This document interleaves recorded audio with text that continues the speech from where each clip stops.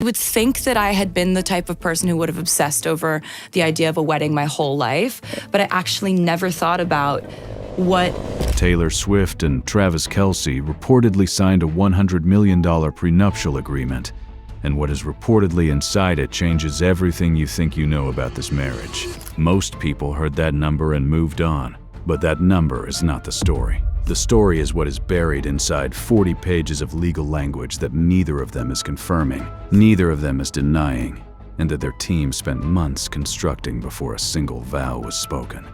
This was never just about money. The full picture of what is reportedly inside that document is only now coming to light, and we are getting into all of it. You have to understand the scale of what Taylor Swift and Travis Kelce brought into this marriage before you can understand why a document like this was not optional. It was mandatory. This was not two moderately successful people filing some paperwork to protect a shared savings account.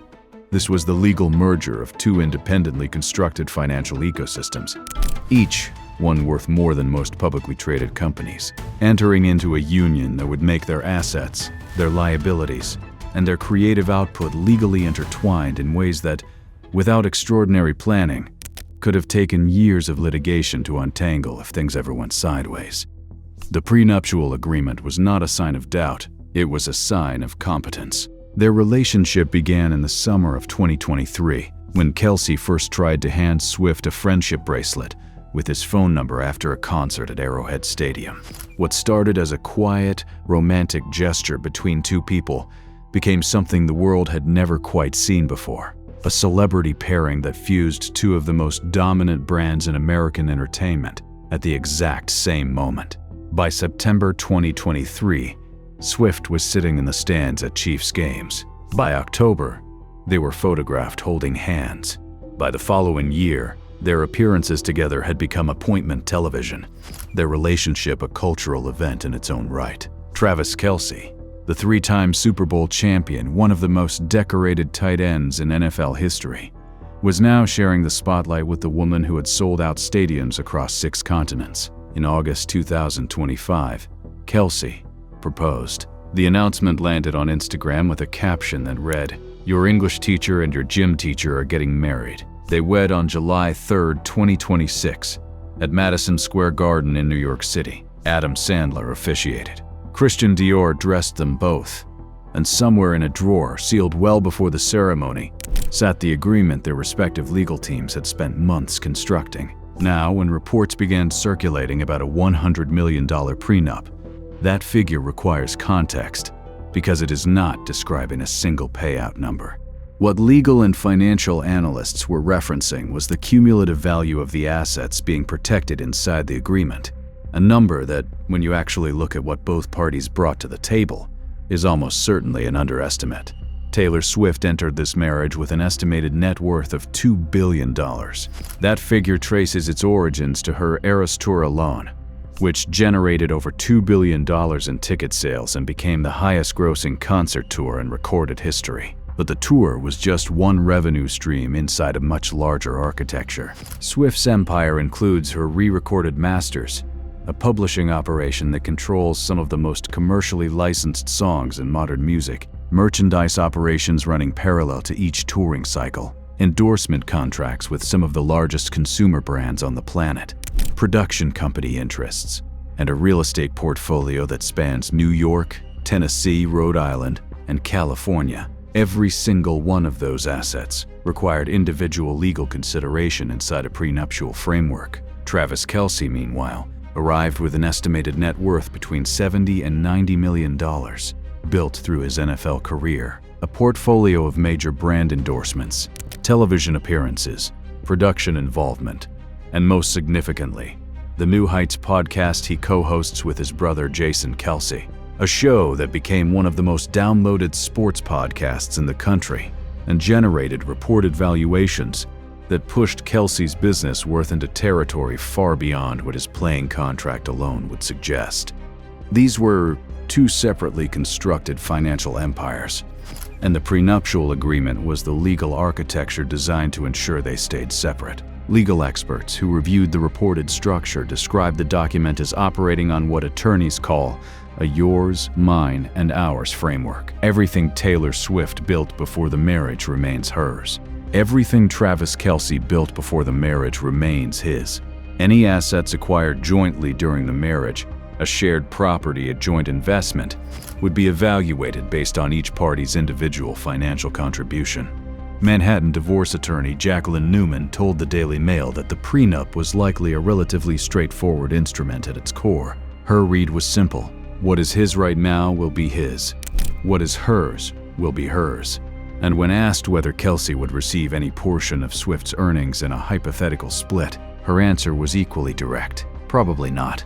But the financial separation provisions were only the beginning of what made this agreement extraordinary. The most consequential sections, according to the experts who studied the reported terms, were the ones designed to protect not just wealth, but identity. Taylor Swift's business empire is built on something more valuable than any piece of real estate in her portfolio.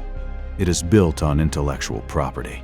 Her music catalog, her master recordings, her publishing rights, these are self-generating assets. They earn money while she sleeps. They earn money decades after she records them.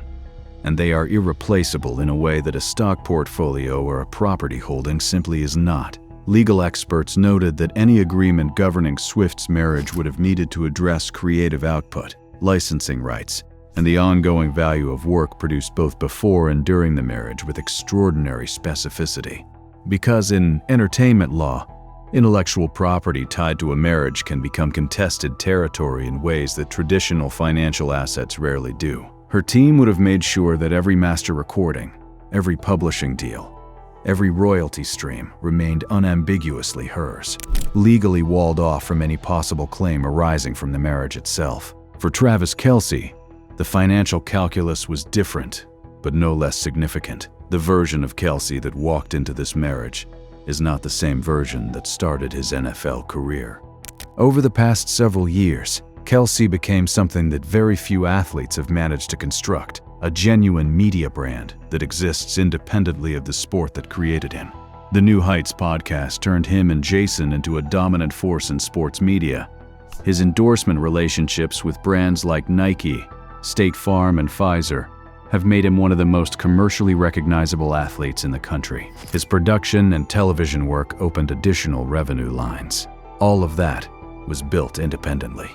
All of it, under the terms of the reported agreement, stays his regardless of what happens to the marriage. Kelce's camp, according to reporting, viewed the prenuptial negotiations not as a confrontation, but as a practical business exercise.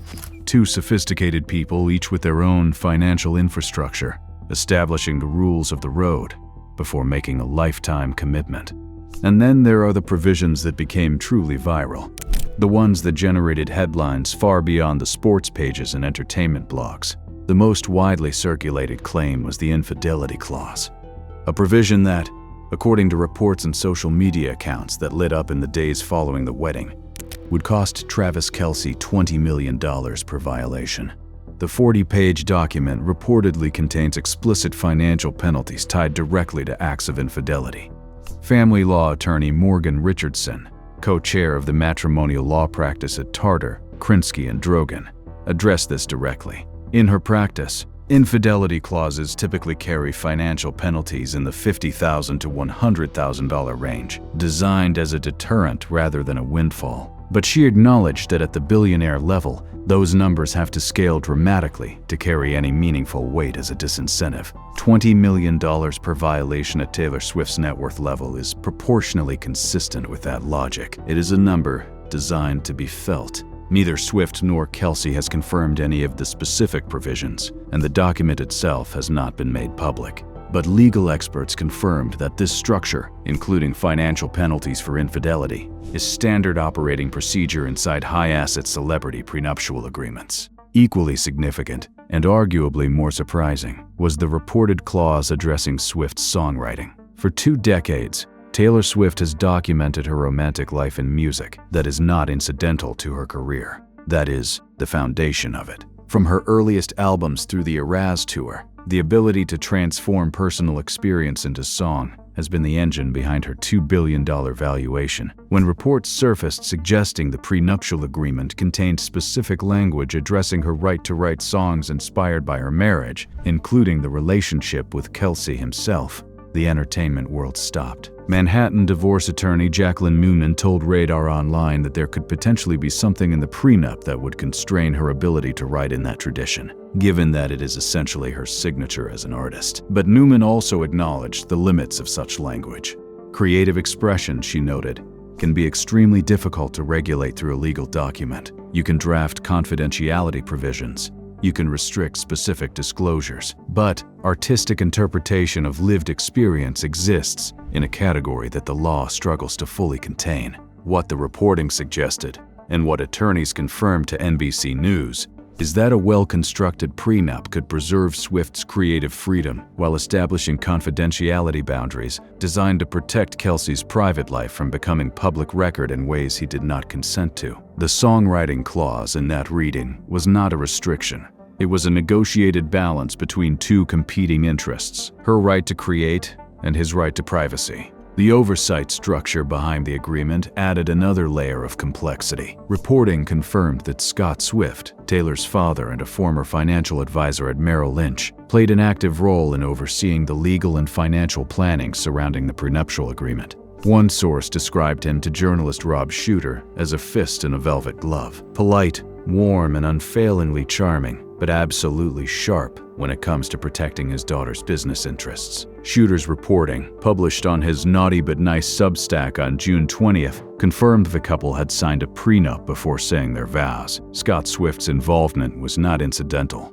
It was structural. His background in financial advising gave him the vocabulary to engage with attorneys and accountants on a level that most celebrity parents cannot. And his decades-long role as Taylor's business manager meant that he understood the full architecture of her empire in ways that even her legal team would have needed to be briefed on. This was not a father hovering over his daughter's wedding. This was an experienced financial professional protecting a $2 billion institution. It is worth stepping back for a moment and examining why an agreement like this generates the attention it does, because the fascination is not accidental.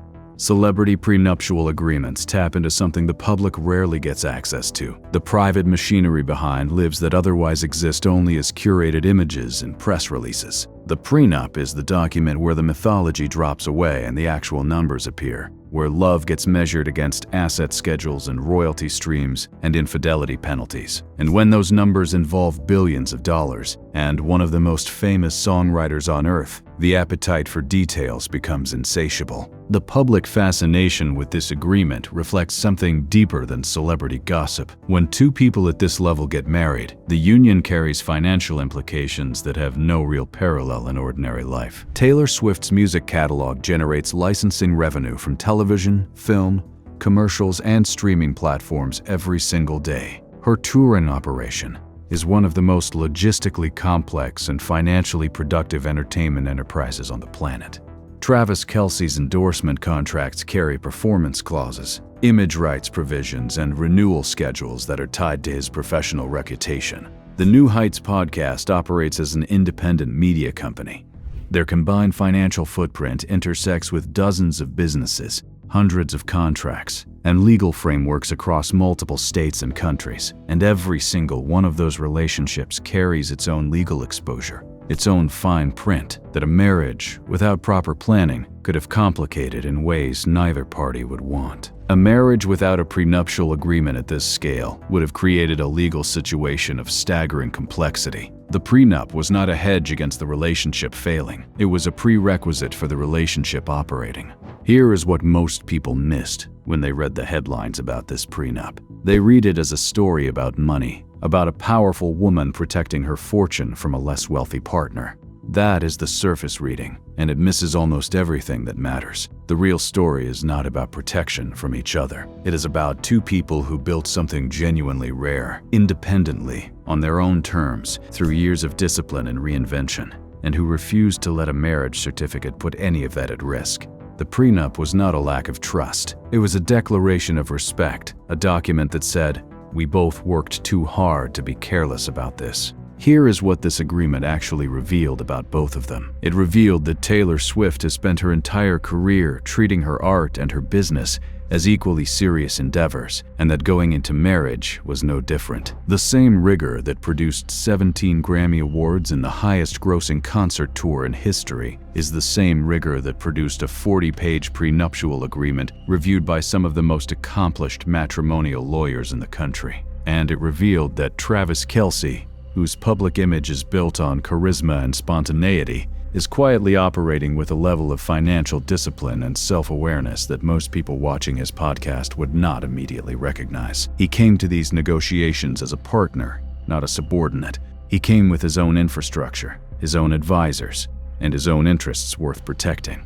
The agreement reflects two equals who happen to operate at entirely different financial scales, and who were sophisticated enough to document that distinction before the ceremony began. So, where does all of this leave them? They are married, the document is signed, the provisions are in place. But the questions that swirl around this agreement will not be resolved by a wedding. Every album Taylor Swift records from this moment forward will be examined for what it reveals about the marriage. Every business deal Kelce closes will be evaluated against the framework established in that prenup. The clause addressing her songwriting will be tested the first time she puts pen to paper about this chapter of her life. And the confidentiality language will be measured against whatever she ultimately decides to share, and whatever she decides to keep. The $50 million question, or the $100 million question depending on which headline you read, is not whether this agreement protects them. It almost certainly does. The question is whether any legal document, no matter how carefully drafted, can fully contain the creative instincts of the woman who turned every relationship she has ever had into a platinum record. That answer will not come from a courtroom. It will come from the next album.